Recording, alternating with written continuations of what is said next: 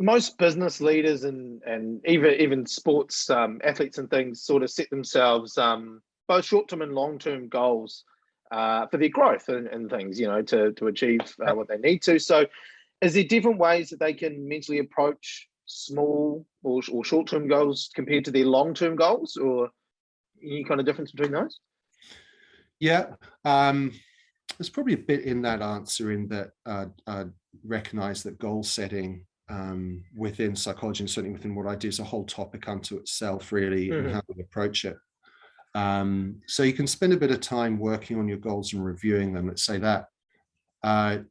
What I would say, I think, as a quick snapshot in that, and how I tend to approach it, is to think in terms of your goals of two things. And in my language, I talk about the first peak and the second peak. So imagine we're climbing a mountain, and there's a peak you're trying to get to. Look, for most people, if it's not really clear to you, then within a few minutes you could elaborate it. What would success look like? What would climbing a peak that's right in front of me now, what would that look like? So there's your peak. And we know that with mountaineering, right, why you use the analogy, and it's a rich part of our kind of whakapapa in New Zealand, as well as people who have climbed mountains and still do, is that I think most people know that when you give something really difficult a crack, it's not always going to come off. On summit day, the weather might be against you and you don't quite make it to the top, but man, you'll definitely have got somewhere. And it's that kind of aim for the stars and you'll make it to the moon approach, I suppose, in a way. But once you've got an idea of what that peak is, if we stay constantly, like I've referenced before, always looking up the mountain, all you'll see is the distance between where you are and where the peak is, and that'll kind of wear you down. So there's different ways to approach it. One of those is to, if we identify the peak, then to say, okay, well, what are the qualities I'm going to need in order to get there? If I'm successful in reaching that peak, what qualities in myself am I going to need to express? What strengths will I need to rely on in order to get there? And then you're into what I call a values-based approach. We say, okay, all right, being purposeful, being planned, connecting to people. So these are things that are important to you, that are ingredients of success. So if you can think, right, well, how can I serve those daily? How can I serve those this week? If you've got your core values and you've got you're engaging a new client, for example, or you've got a competition coming up, if you're an athlete, what are those going to look like in practice? How can I practice those? Because I'm going to need them if I'm going to be successful. And then if you can live out purpose daily in what you do, you're going to get to the top of something. And it's more likely going to be the mountain that you've chosen as well. So how to summarize that, setting goals in line with purpose and values.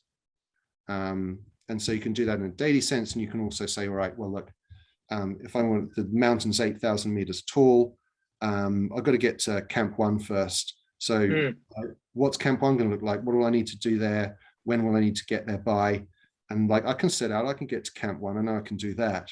Once there, look, I can get to Camp 2 after that. But if you're really clear on what that looks like, the next level up from where you are, then that's something really positive. Actually, Valerie Adams talked to me about that. Well, there's a bunch of us, as someone I was lucky enough to do, is hear her talk about ingredients of success. Might be interesting to hear that story. Yeah. So I was in the gym a few years ago, sitting on a bike, watching other people lift weights is my preferred way of being in the gym. And so Dame Val came out, and I was just asking some athletes about goal setting and just what we're talking about. And she said a couple of things. One, she said, well, look, people tend to only see that I was like a gold medalist and a world champion, but they didn't realize that my first world championship, I'd been working at that for 10 years when that came around. And so it's like, well, one is that, there's got to be a commitment to the long path. They said, look, having those far off goals, though, like you can't keep yourself motivated to that every day. Like I say, the peak of the mountain's so far off. So she's describing this process where if you can set a goal that's just a little bit further in front of you and you work towards that, once you hit that, then you feel like, shit, I'm on my way. So even though I've got to climb 8,000 meters. If I can climb 100, I'm on my way now. I can probably get to 200 from here. And then you're feeling the satisfaction of being on your way. So being able to chop it down into bite-sized chunks is really important.